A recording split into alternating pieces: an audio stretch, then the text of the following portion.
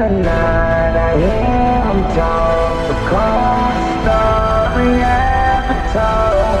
Somewhere far along this road he lost his soul to a woman so heartless.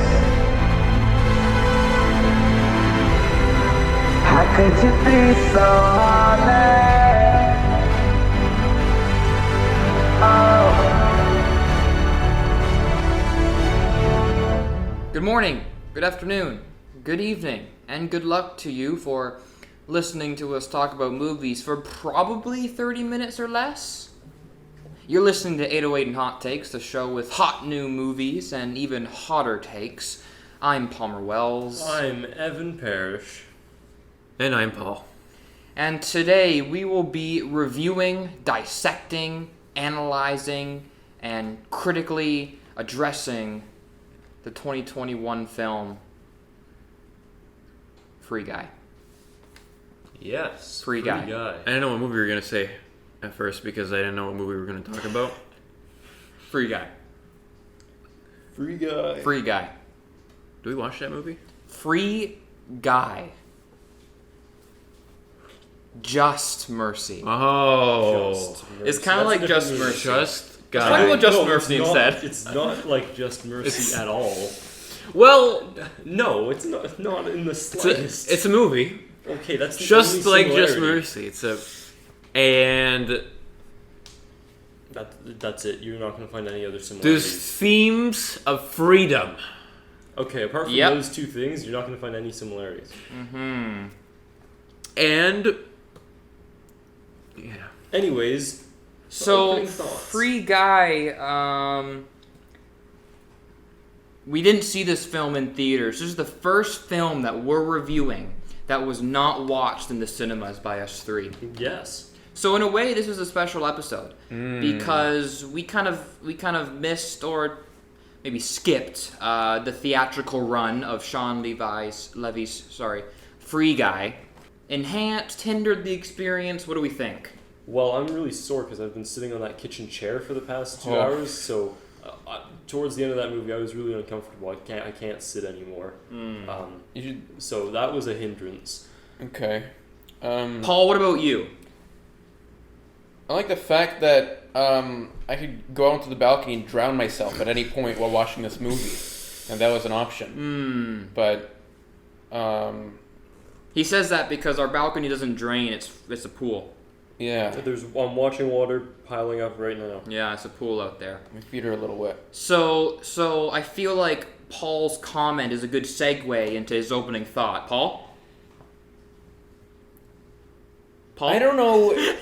I don't know if this movie is even comparable to, like, you have this movie and you have Citizen Kane, and Right. it's hard to see how Citizen Kane could match something of this caliber, Yeah. or maybe The Godfather. Like, Right. I don't know what Coppola was thinking Yeah. when he was trying to make a movie that didn't have 50 references to different Disney IPs. Right. And honestly, I think you should be ashamed of that. Right. Is he still alive? Coppola, he is. Coppola, if you're listening to this, you should be ashamed of your movies. Yeah, he's making for not a being new- like Free he's- Guy. He's making a new movie. I don't think it has Disney IPs in it though. I'm not gonna watch it. There's no point. Yeah. There's no Disney IPs. There's no Kingo. Can't watch the movie. Paul is of course referencing not the film, but rather our previous podcast episode, Eternals. A lot has changed since that podcast, specifically our love for Kingo. It's been less than 20 hours, and we've Yeah. developed as characters more than characters in that movie developed, or in this one. we've developed more than the characters did over the course of the Yeah, film. that's- Evan, opening thoughts on Free Guy? I want to hear your opening thoughts. My opening Oh, thoughts. your opening thoughts. So this movie is weird because it feels like it was written by dads who are trying to be cool, like, oh, kids will love this. Yeah. And it's made for an audience of like children. So it's this really weird, like, there's weird competing elements within the film that really made me uncomfortable. It's made for an audience of children, but most of the content and humor is not for children. Yes. It's weird because it's rated PG, but there's a lot of non-PG content. Yeah, like I don't really know what the film's trying to say about gamers. Like I can't tell if it's a satire, if it's keep trying to take itself seriously. So I'm left with a lot of mixed emotions, many of which are detrimental to my physical health. I don't know. I mean, Palmer's lost 3 pounds after watching this movie. Yeah. See, I don't know. I mean, I didn't find myself really enjoying the film, unless I was like mocking it or making fun of it. I found myself struggling to really take the situation seriously because I mean we were finding so many holes, and so many things just weren't adding up. And I know, I only have so much of. I can only suspend my disbelief for so long. And I feel like this movie, Free Guy, Sean Levy, really kind of tested those boundaries that I have as a viewer, and I'm left insulted. But yeah, that's just the tip of the iceberg for me. This is going to be a long podcast, viewers. I'm just going to let you know that right off the bat. I don't have a whole lot to say. I think Paul might, and Palmer most certainly does. If anything, I might just rebuttal. We'll see. We'll see how long we can drag this out. I'm indifferent to this movie. Really? It's a movie. It exists. Oh yeah. It's true. It does exist. Unfortunately. It was longer than it should have. It was too long. It's 2 hours long. It was too long. This is a 90-minute especially for a movie aimed at... This should have been a YouTube video. Yeah, it's a weird conglomeration of just elements. Similar to Space Jam. Space Jam 2 specifically. Yeah, similar to Space Jam 2, it has all of the marketing triggers. It has all of the triggers to pull in an audience and to like engage with the kids. You've got the air horns, you've got neon colors, you've got pop music. You've got pop music, you've got fun, wacky, zany action pieces with explosions Twitch streamers. And you've got Twitch streamers like kids can recognize, and you've got Ryan Reynolds and Taika Waititi. I was looking forward to this movie because of those two. They're both funny men. I've liked their movies in the past, so that was why I was like, oh, I'd be interested to see this in theaters. I'm glad we didn't see it in theaters because I was disappointed.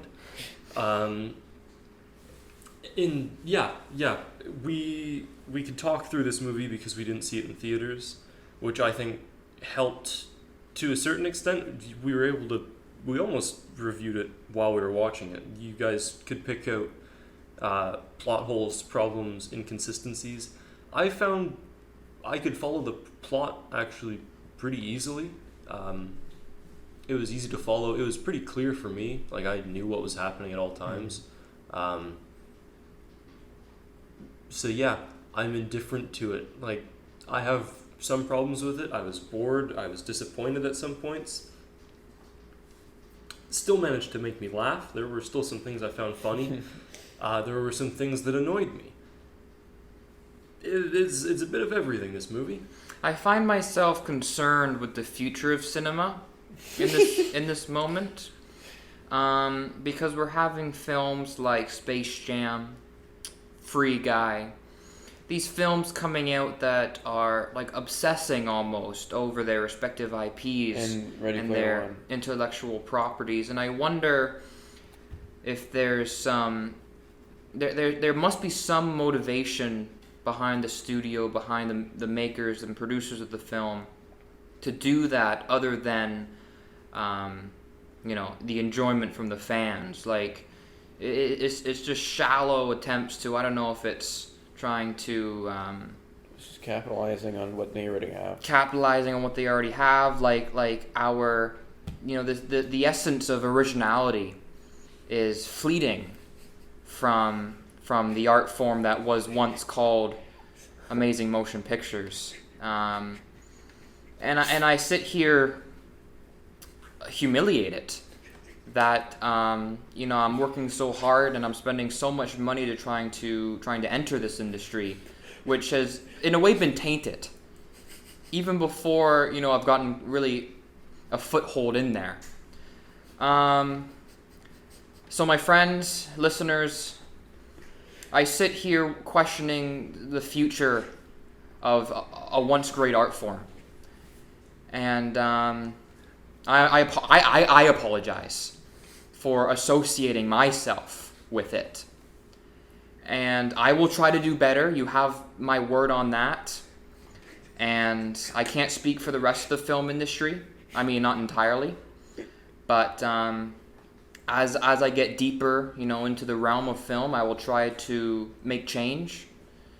And yeah, I just want to throw that in there as a disclaimer.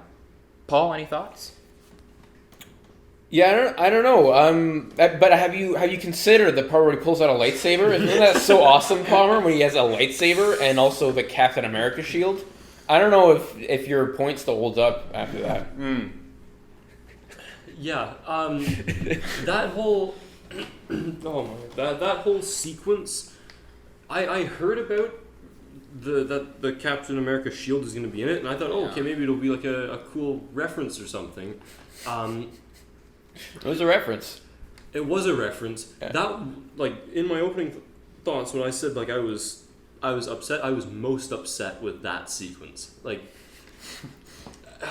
it's a hard emotion to describe, because like I wasn't sad for the future of cinema like you are, Palmer. I was just like, really, it's hard. I was frustrated with it. I think it was still done better than all of Space Jam 2, because at least this was confined to one scene. But see, if it was the shield, that's what it was. If it was just the shield, okay. The Hulk arm, buff Ryan Reynolds had a red arm, so Hulk arm, whatever. The lightsaber, I wasn't happy about, but it was the fact that the music was in it. The music made it even worse. The music was terrible. Like, I didn't like that. There was no good music in this movie at all. No, like I meant like he pulls out the shield and it's just the Avengers score. He pulls out the lightsaber, it's just Star Wars. I'm like, but I'm just. Why don't I watch that instead? Yeah. Yeah. Which I suppose is what that was about. Like, oh, look at this franchise. Go watch these movies. So I was upset with that. I feel like it is more than anything else. It's almost, you know, an indication of the filmmakers lacking confidence in their product. Mm-hmm. Like, I feel like they need to reference other products by the same studio in order to seem like, oh yeah, we're good just like these things, even though referencing it doesn't make your movie good. Lack of confidence, or just like marketability? Like, this is just a big commercial. I believe that was the case with Space Jam. Space Jam 2 was just a big commercial. Yeah. Yeah. I feel like we need to stop letting Ryan Reynolds act. Oh my god. Hey, the show's called Hot Takes. Let's hear it. Yeah. Because I don't think I understand, fully grasp this obsession with this man, especially from like straight white men. They seem to be really fond of him. That's true. I guess maybe it's more, you know, his physical appearance rather than his acting abilities. But both, I feel, are kind of overrated in their own right. And I feel like, you know, we have, and I mean, there's other actors that are lumped in with the same group, but we have this actor who, you know, is playing the same character in largely every film he's in. And I feel like, you know, those movies are just vehicles for his, you know, his one kind of streamline of acting capabilities. And I feel like eventually, if it hasn't already, it's going to get old. And I feel like we can only, you know, have this for so long when he does the voice like this. And I don't know. I feel like it's going to run its course soon. Because I mean, he'll probably keep making money, but I don't know. Like, I don't want to see the next Ryan Reynolds movie. You don't want to see Red Notice? Except Red Notice. You'll see Red Notice, then you'll see Deadpool 2 or Deadpool 3. And then you'll see whatever else he's in. He's in some movies. I don't know what else he's in. I think this movie was missing a little bit of Among Us references. Yes. I feel like if it was delayed another 6 months, it would have started doing that. Even if it was a year late, I feel like they would have done reshoots just to add that and spent another $10,000 on that. Yeah, we got a lot of stuff in, and some of the brand placement, like I noticed, but I didn't mind. Like they're sitting in the break room, and I'm seeing like Battleship, Pop-Tarts, Frosted Flakes, Lipton tea. I'm like, okay, it's a break room, makes sense. Yeah. There were Teslas, there were Ferraris, there were McLarens. I'm like, okay, cool, I recognize all those brands. But then there's Fortnite, and I'm like, oh, Fortnite movie. Fortnite movie, yeah. Fortnite movie. Yeah. Yeah. Yeah. So I don't know. I mean, I guess I wasn't the target audience for it, and because of that, it didn't really appeal to my interests, and as a result, I didn't come away really into it. Yeah, we didn't even want to watch this movie. We were just being held hostage this whole time. Ryan Reynolds is in our apartment. He's holding a gun to me right now, and if I don't say that this movie is amazing, he's going to shoot me. Yes. Also, the Chris Evans cameo was pretty cool. That's funny. Yeah. That was like one of the few funny things about this movie. Yeah. I mean, there were a few. There's a few funny things that made me laugh. Unfortunately, Taika Waititi couldn't save this movie because he was probably the least funny character in this movie. Do agree. Yeah. He's usually a fun guy. Like his movies are good. He's a good actor usually, but here he was pretty terrible. And Yeah, I don't know why. some of the writing for his parts weren't landing the way you could tell they wanted it to. Yeah, they thought it was like, oh yeah, they're gonna laugh at this one, and Yeah. we didn't. Was it overacted? I feel like some parts, like A he was little bit, yeah. very over the top. Very Taika. To me, it felt. Yeah. Not even that. It just felt like even when he switched to the "What you talking about, Willis." Oh, it's that just hurt like me. it was so over. Like not even just the line, just his delivery and his motion, and it just felt a bit much. I think. Yeah. Yeah. Yeah, and I feel like you listeners are in for a treat because I feel like we're reaching the natural end pretty quick. Yeah. Yes. I mean, this is crazy. Yeah. I guess I could segue into final thoughts. Sure. Wow, if time warp here. Yeah. It's tough because we're all film students. You guys review movies and like critically analyze them a lot more than I do. Yeah. This was a kids movie. I do critically analyze. I can confirm this. We're talking about how there was no overarching message. What was the meaning about the gamers? It was a kids movie. And I can tell you we didn't pick up on this movie because this movie killed.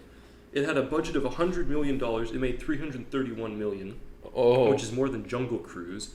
It's rated 80% on Rotten Tomatoes. 91% of viewers like it. It's got higher ratings than Eternals. This movie killed.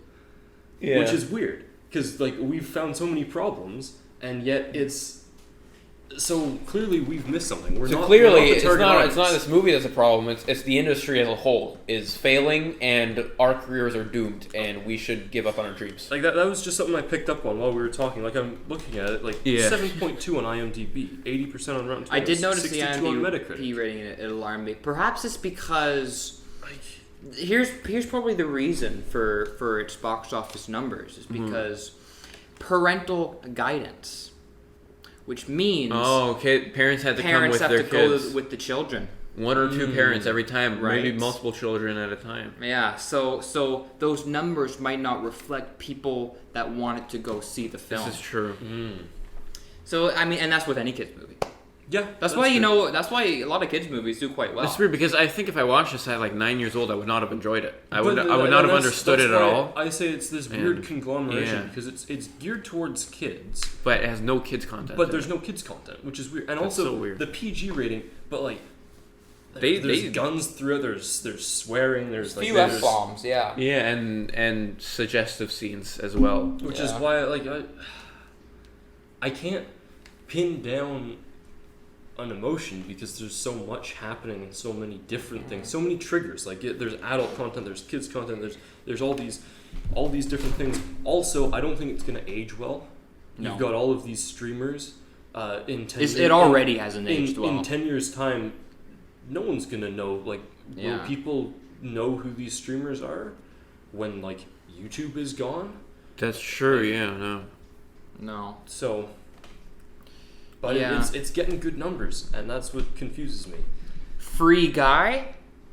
More like Free Palmer. From these shackles of this movie. Yeah. We're like mid guy. If I had to give this film a rating out of 5, I would probably.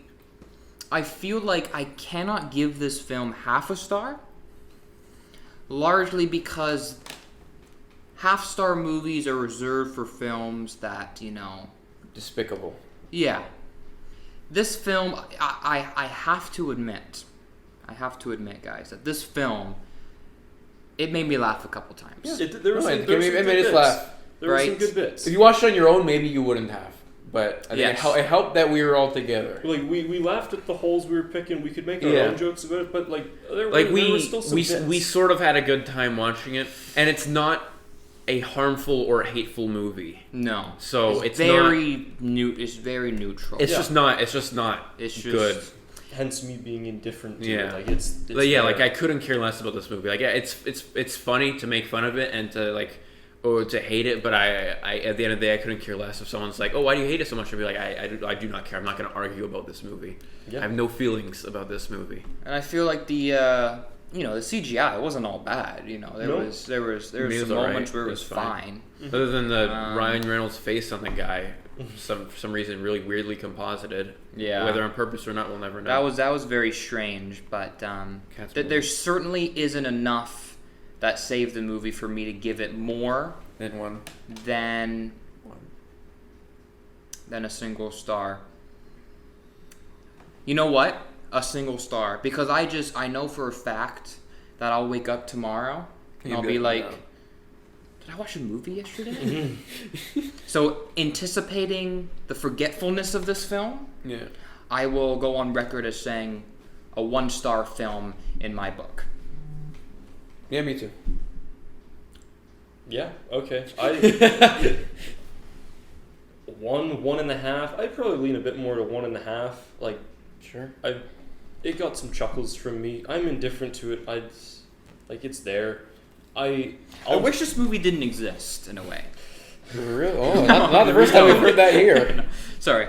Yeah, unlike you, I will remember that I saw this movie tomorrow, and I'll probably be upset that I spent 2 hours sitting here watching this movie, as opposed to like an hour and a half. Yeah, 1.5. I could go either way. Uh-huh. It's here. It exists, for better or for worse. Yeah, and as much as we didn't want to spend 2 hours of our lives watching it, we didn't want to spend an hour of our lives talking about it. So, this is the shortest episode so far Yeah. in 808 and Hot Takes. Yeah. And I guess unless we have anything else to add, we can get these guys out of here. Yes, you might have actually made it through the whole podcast this time. Congratulations. Yeah, If you're thank watching. you. This is what our outro sounds like. Yes, this is what us trying to wrap it up sounds like. We should have wrapped it up 20 minutes ago. We should have wrapped this up 20 minutes ago. Same way the movie shouldn't have existed. Same way the movie should have wrapped up 2 hours before it ended, which is the entire runtime of the movie. Anyways, thank you for sticking with us. This has been a very special episode of 808 and Hot Takes. I've been Palmer Wells. I'm Evan Parrish. And I'm Paul. And we will see you guys down the road. Goodbye. You are free. Guy. Bye. Adios. Say adios again. Adios. Do you want me to say it again? Say it again. Adios.